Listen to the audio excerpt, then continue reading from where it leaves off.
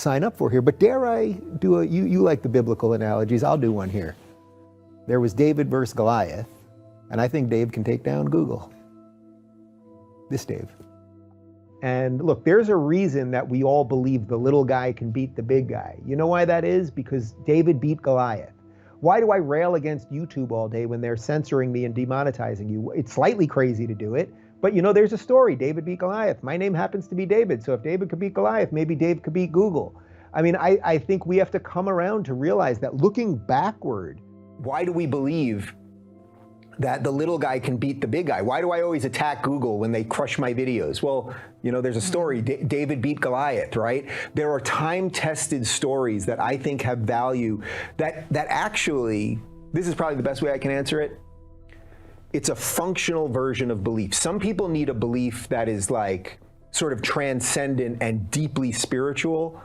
David, right? Like, why am I always attacking Google every time they demonetize me or push one of my videos down? Well, it's not, yeah, well, first off, it sucks, right? It sucks. But why do I do it? No one in their right mind thinks that they can beat Google, but there's an eternal truth there. David beat Goliath. There is a reason that I believe that Dave can beat Google, and it's because David beat Goliath.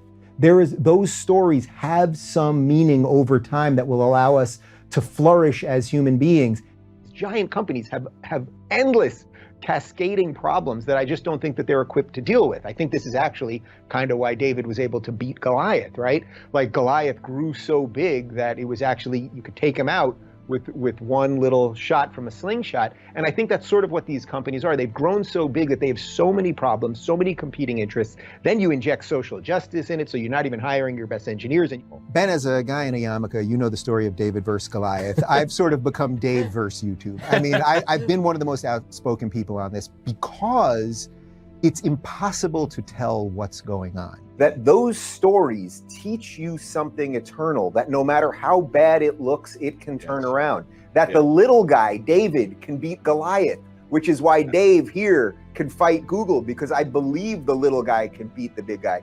Well, look, David beat Goliath, so, you know, I always say maybe Dave here can beat Google. I always think there's a chance. So, you know, the word demon is in demonetized, and I can tell you as someone that's dealing with some of this stuff, that it appears at least that there's some pretty shady stuff going on.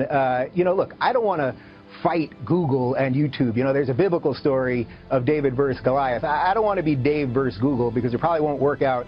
You know, maybe in this story, and this is sort of what you're getting at, that Trump is the Moses character, meaning he will lead the Hebrews out of Egypt. And I have to say that my brain is still in recovery mode from taking in so many high-level important ideas.